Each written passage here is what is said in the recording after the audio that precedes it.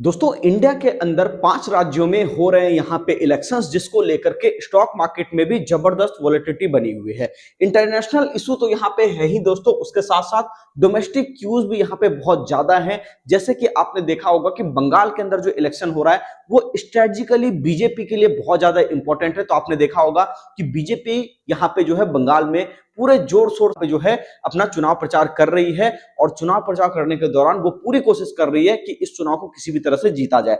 Reason क्या है उसके पीछे तो हम लोग चर्चा करेंगे, लेकिन आज के इस वीडियो में हम लोग कई सारी चीजों को देखने वाले हैं, जैसे कि स्टॉक मार्केट आपका कैसा परफॉर्म कर सकता है। क्योंकि आज आपने देखा मार्केट में एक अच्छा खासा सेलिंग प्रेशर आपको देखने को मिला। मतलब अगर आप देखोगे तो तकरीबन 180 पॉइंट की गिरावट निफ्टी के अंदर यहाँ पे आपको देखने को मिली, और सेंसेक्स भी अच्छा खासा आपको गिरता हुआ दिखाई दिया।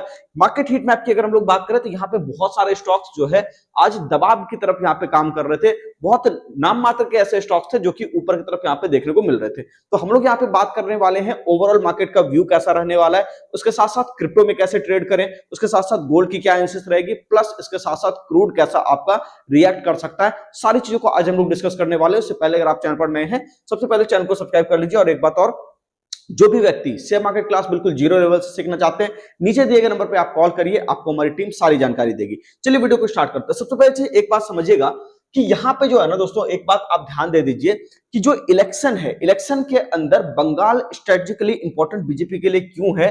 तो अगर आप इंडिया का मैप देखोगे तो आपको सारी बातें समझ में आ जाएगी। अगर हम लोग नॉर्मली एक रफ यहाँ पे हम लोग ड्रॉ करें कि इंडिया का मैप अपना दिखता किस तरीके का है, तो आपको यहाँ पे समझ में आएगा दोस्तों कि इस तरह से जो है इंडिया का मैप अपना यहाँ पे दिखाई देता है। इसके अंदर इस एरिया के आसपास आपका जो है बंगाल वाला एरिया पड़ता है। यहाँ पे अब आप देखिए, चूंकि ये पोर्ट से सटा हुआ एरिया है, यानी कि दुनिया भर से जो देश विदेश से जो कनेक्टिविटी हो सकती है सी के रास्ते, तो वो यहाँ से आप इजिली यहाँ से जो है काम कर सकते हो, जैसे कि बाकी सारे जगहों से आप करते हो। तो ये बहुत ही ज्यादा स्ट्रेटेजिकली इंपॉर्टेंट हो जाता है, और बीजेपी इसको लेकर के इसलिए ज्यादा यहाँ पे ज्यादा उत्साहित है, क्योंकि अगर वो इस एरिया के आसपास, इस प्रोविंस के आसपास वो अपना कब्जा जमाती है, मतलब वहां पे अपना सीएम अगर बनाती है, तो बंगाल के अंदर बहुत सारे चेंजेस वो ला सकती है। जैसे बांग्लादेश को लेकर के बहुत सारे मुद्दे यहाँ पे उठाए जाते हैं, ठीक है। उसके साथ साथ डिफेंस बजट के ऊपर कुछ ना कुछ रीएलोकेशन आता हुआ आपको आने वाले समय में दिखाई दे सकता है, ठीक है, जिसके अंदर कुछ बेहतरीन और काम आपको देखने को मिल सकते हैं। तो चलिए, ये तो हो गया अपना डोमेस्टिक क्यू। इसके अलावा 5 राज्यों में और भी इलेक्शन है, लेकिन सबसे इंपॉर्टेंट तो यहाँ पे बंगाल ही है। तो फिलहाल देखते हैं कि बंगाल के अंदर यहाँ पे किसकी जीत होती है, वो तो समय बताएगा।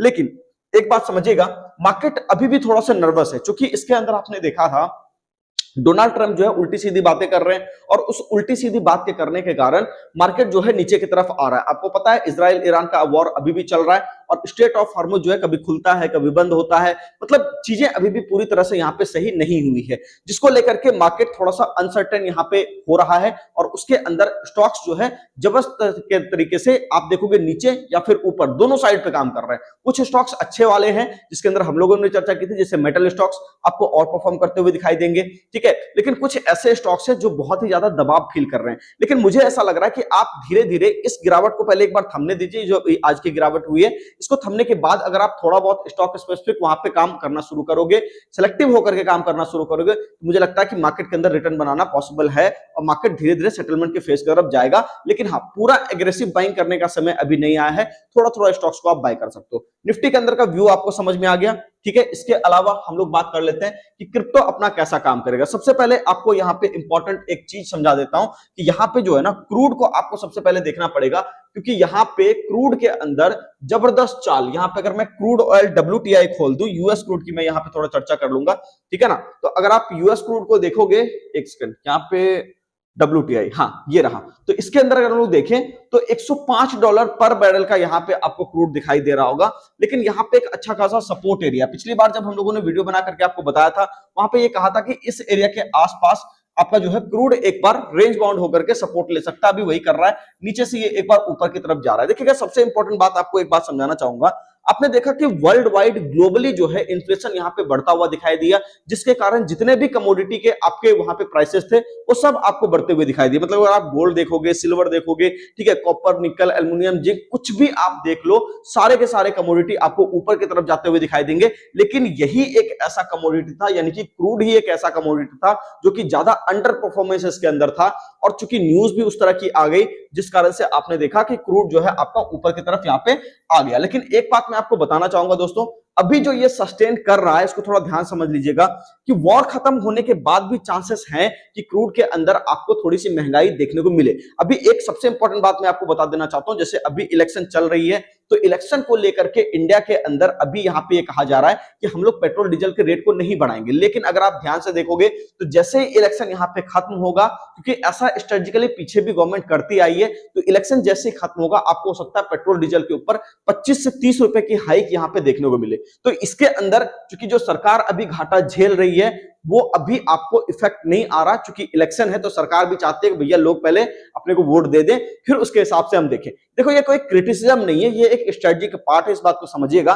तो इसके अंदर क्या है कि अगर हम लोग बात करें कि क्रूड के अंदर अभी भी देखें तो पॉजिटिव मोमेंटम बना हुआ है, ऊपर का $120 पर बैरल का यहाँ पे आपको जाता हुआ दिखाई दे सकता है। स्टॉप लॉस एरिया की बात करें तो $94 पर बैरल का यहाँ पे आप स्टॉप लॉस यूज कर सकते हो, और इसके अंदर आपको एक अच्छा खासा ऊपर का मोमेंटम देखने को मिल जाएगा। इसके साथ साथ अगर हम लोग बिटकॉइन को देखें तो बिटकॉइन के अंदर अगर हम लोग यहाँ पे चाल देखें तो बिटकॉइन के अंदर चूंकि क्रूड ऊपर जा रहा है, ऑब्वियस सा बात है, तो सारे एसेट क्लास नीचे की तरफ काम कर रहे होंगे। लेकिन बीटीसी जो है यहाँ पे आपको थोड़ा सा सपोर्ट लेता हुआ दिखाई दे रहा है। अगर मैं इसको आपको बताना चाहूं कि इस जगह पे यानी कि ये वाला जो एरिया है 74,000 का एरिया बिटकॉइन के लिए बहुत ही ज्यादा इंपॉर्टेंट एरिया। अगर इस एरिया के आसपास बीटीसी आपको सपोर्ट लेकर के ऊपर की ओर जाता हुआ और 78,000 का लेवल अगर ब्रेक करता हुआ दिखाई दे, तो उस केस में चांसेस ज्यादा है कि बिटकॉइन आपको 80,000 से लेकर के 84-85,000 का भी टारगेट यहाँ पे दिखाई दे सकता है। लेकिन हाँ, एक ही कंडीशन है, क्रूड को ऊपर रुकना होगा, रेजिस्टेंस को फेस करना होगा।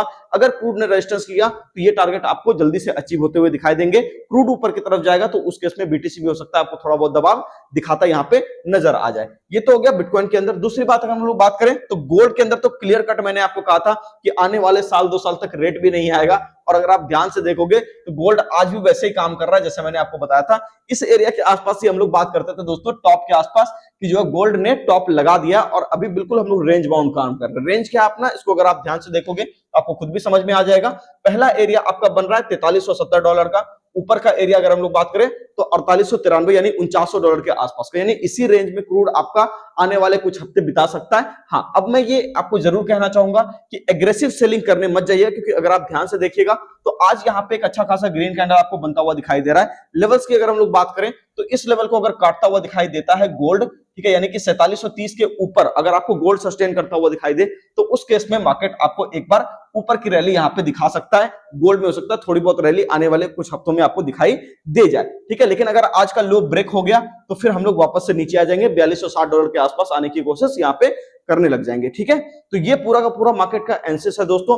बाकी एक बात कहूंगा, मार्केट अभी भी थोड़ा सा मतलब कॉशियस होने वाला समय है, बहुत ज्यादा एग्रेसिव होकर के ट्रेड मत करिए, थोड़ा समय बिताइए, थोड़ा समय दीजिए मार्केट को। ज्यादा एग्रेशन इस मार्केट के लिए ठीक नहीं है। बाकी आप समझदार हो ही, जितनी भी बातें मैंने आपको बताई है दोस्तों सारी हमारी पर्सनल व्यू है, ठीक है, कोई भी बाइंग सेलिंग का रिकमेंडेशन नहीं है, तो आप अपने हिसाब से देख लीजिए। मुझे जो लगा, मेरी जितनी जानकारी है, मेरी जितनी समझ है, उतना मैं कोशिश करता हूं हमारे व्यूवर्स जो है हमसे अटैच होकर के कुछ नॉलेज ले सके, कुछ एजुकेशन ले सके।